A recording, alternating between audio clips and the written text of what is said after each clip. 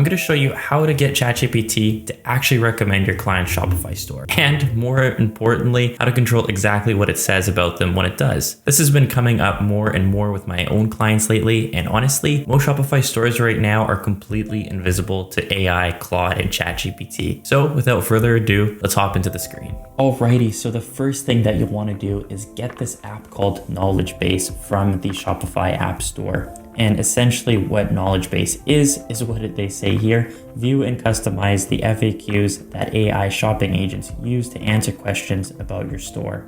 So essentially, ChatGPT and Claude and other agents end up just pulling information from your site and from other sources across the internet. And when people prompt for certain questions, the AI comes up with its own conclusions and its own answers, but we can actually control the narrative a little bit through this app, and we can submit questions that we think our shoppers will be asking and then provide a really concrete answer so that the AI isn't guessing. Once the app's installed, you'll want to go into the app and you'll notice that a bunch of questions are already filled in for you, or at least started. But what you can do is actually add your own question. And for example, the demo I'll be showing you today is for a pottery store. So what we could do is say, what kind of pottery do you sell? And we can add in an answer that is nice and true and coherent and beautifully written and a little bit more salesy than what ChatGPT or Claude may provide. So the next tip has to do with schema and SEO. And it's actually kind of surprising because I was doing a little bit of research this past week to figure out how I can get certain product pages to rank better in Claude and ChatGPT.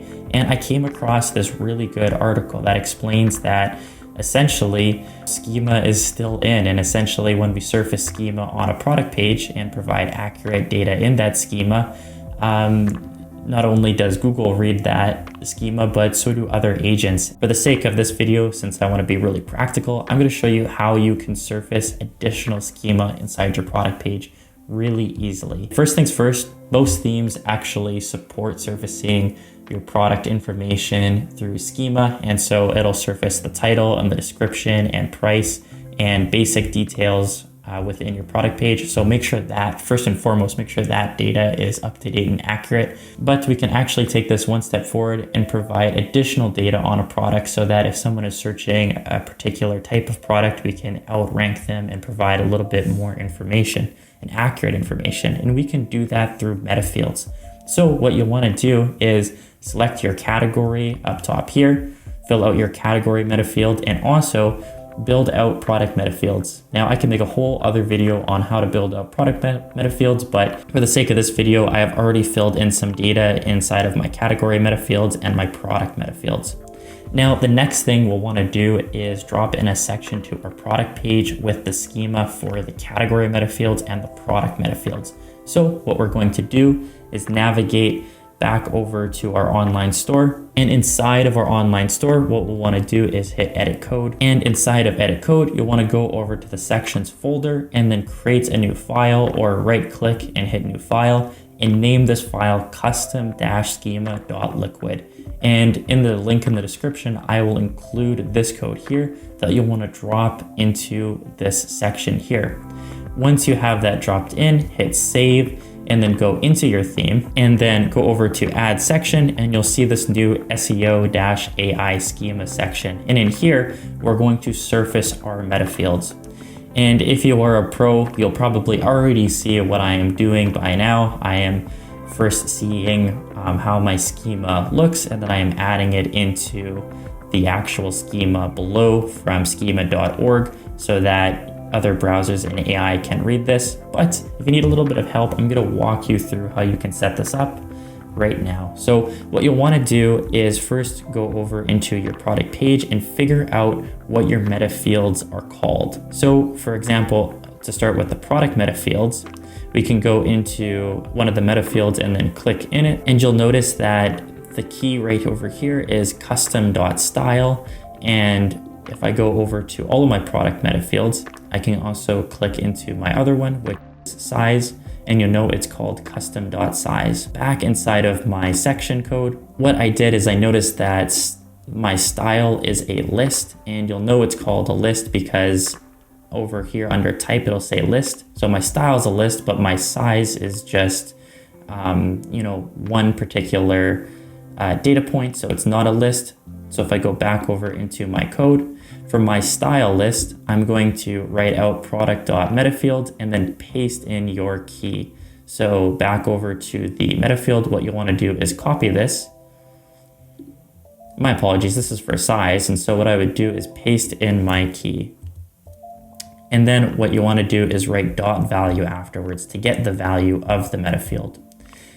You'll want to do the same thing for your list. So in this case, instead of just calling it a list, I write style underscore list and I paste in my key and then put dot value.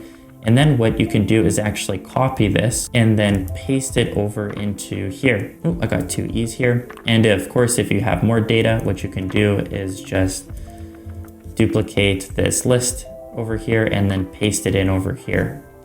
Then once that's pasted in, you'll want to hit save and then go back into your theme. And then inside your theme, you'll notice that I have this checkbox that you'll want to use for testing, but not necessarily on a live store. And it shows you what kind of data is being rendered out for this particular product page. So I'm on a product template, I've added this section in, and now this data is being rendered out.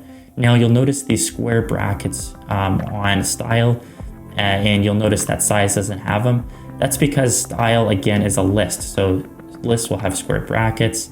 If it's just a one data point, there will be no square brackets. So if I go back over into my code over here, you'll notice that within my schema, I have added in the style and I am using this loop. So if you have a list, what you'll want to do is just copy this and duplicate it, swap out your style name with an appropriate name of what your data is called.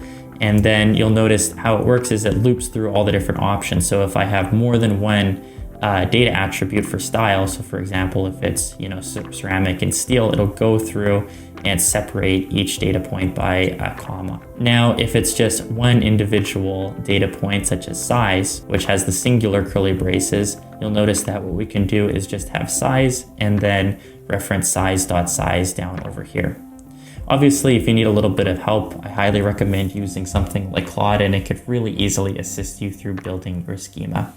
But what I want to do here is go one step further and show you how to set up a category metafield. So we're going to go back into our product page, and what we're going to do is reference this face shape, and we see that it is a list here. And so what we're going to do is click on vase shape, and we are going to copy this key and then go back over inside of our code. And then what we're going to do is go assign, and then we will set our variable in a second, and we will reference product.metafields.shopify.vase_shape, and then we have to put .value at the end.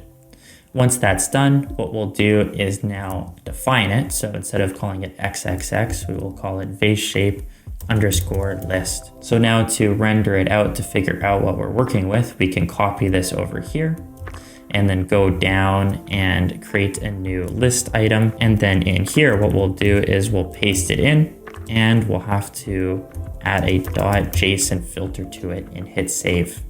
Now, when we go into our theme, you'll notice now we have label is earn. So now what we'll want to do is remember that our key to displaying earn is label. So just make a note of that. Then back in our code over here, since this is a list, we'll want to copy this style, add a comma and paste it below. And I'm going to call this shape. And now instead of saying for style and style list, what we'll want to do is replace style list with our shape list. And what we'll want to do is say for shape in vase shape list, reference the shape and render out label. Then it should show earn. We can also test this by taking this bit of code over here and then just dropping it below one of our list items. Now, when we go back inside the theme, we see earn, which is correct. So what we'll want to do is delete this for now and then just hit save, and then make sure with inside of the section that we added that you uncheck show schema so that that doesn't actually show on your product page, but you still have that schema, which we can train Google and the AI agents on. If you found this video useful, please like, comment, do all the things. And if you're interested in building Shopify themes, I highly recommend you subscribe to my YouTube channel. Anyways, cheers.